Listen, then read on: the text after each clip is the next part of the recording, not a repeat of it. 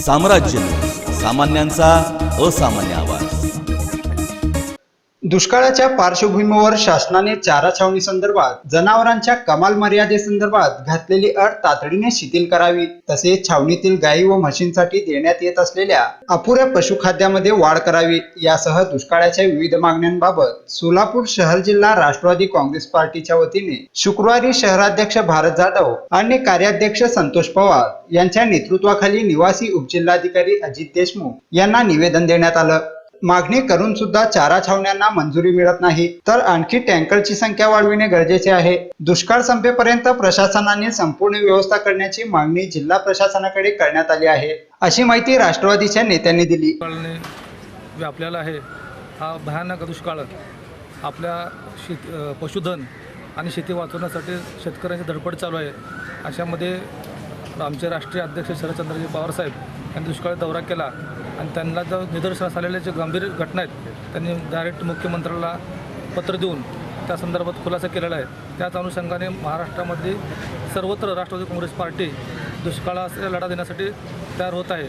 सोलापूर शहर जिल्ह्यामध्ये जो दुष्काळ पडला आहे त्या दुष्काळासंदर्भात आज आम्ही जिल्हाधिकाऱ्यांना निवेदन देत आहोत। आज सोलापूर शहर जिल्ह्यामध्ये जिथे जिथं छावण्या आहेत त्या छावण्यामध्ये जास्त काठी असल्यामुळं अनेक जनावरांना तिथं नेता येत नाही, त्याला अनेक मर्यादा आहेत। 5 जनावरांच्या वर जनावरं चालणार नाहीत अशा पद्धतीचा जो शासनाचा नियम आहे ते अट शिथिल होण्यासाठी आम्ही प्रयत्न करत आहोत। त्याचबरोबर आठवड्याला 3 किलो पेंड हे जनावरांना दिली जाते आणि लहान जनावरांना जवळपास 1.5 किलो दिले जाते। त्यामुळं काय होतं की रोज त्यांना 1 किलो पेंड देण्याची मागणी राष्ट्रवादी काँग्रेस पार्टीने केलेली आहे आणि लहान जनावरांसाठी अर्धा किलो, जेणेकरून आज आपल्या दुधाचा जो रेशो आहे तो कमी झालेला आहे, घटलेला आहे।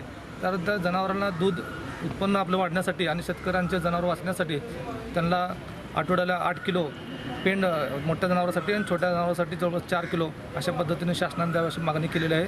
जिथे जिथे आरो प्लांट शासनाने केलेले आहेत त्या ठिकाणी 5 रुपये घेऊन ते पाणी विकलं जातं आहे।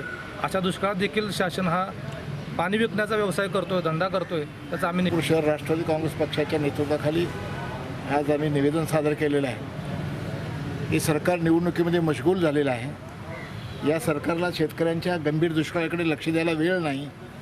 महसूल मंत्री आज सोलापूरच्या दौऱ्यावर एवढा उशिरा आलेले आहेत। यापूर्वीच या देशाचा नेता शरदचंद्रजी पवार यांनी दुष्काळाचा दौरा केला, पण सत्तेवर असणाऱ्या राज्य शासनाला महसूल मंत्र्याला या जिल्ह्याचा दौरा करायला वेळ मिळाला नाही। ते निवडणुकीमध्ये गुंतलेले आहेत। अशा या निंद्य सरकारचा निंद्य कारभाराचा मी निषेध करतो आणि या सरकारनं शेतकऱ्याच्या गंभीर प्रश्नाकडे जर पाहिलं नाही तर निश्चित उद्याच्या विधानसभेच्या निवडणुकीमध्ये सरकारला ते जागा दाखवल्याशिवाय राहणार। यावेळी राष्ट्रवादी काँग्रेस पक्षाचे पदाधिकारी कार्यकर्ते उपस्थित होते।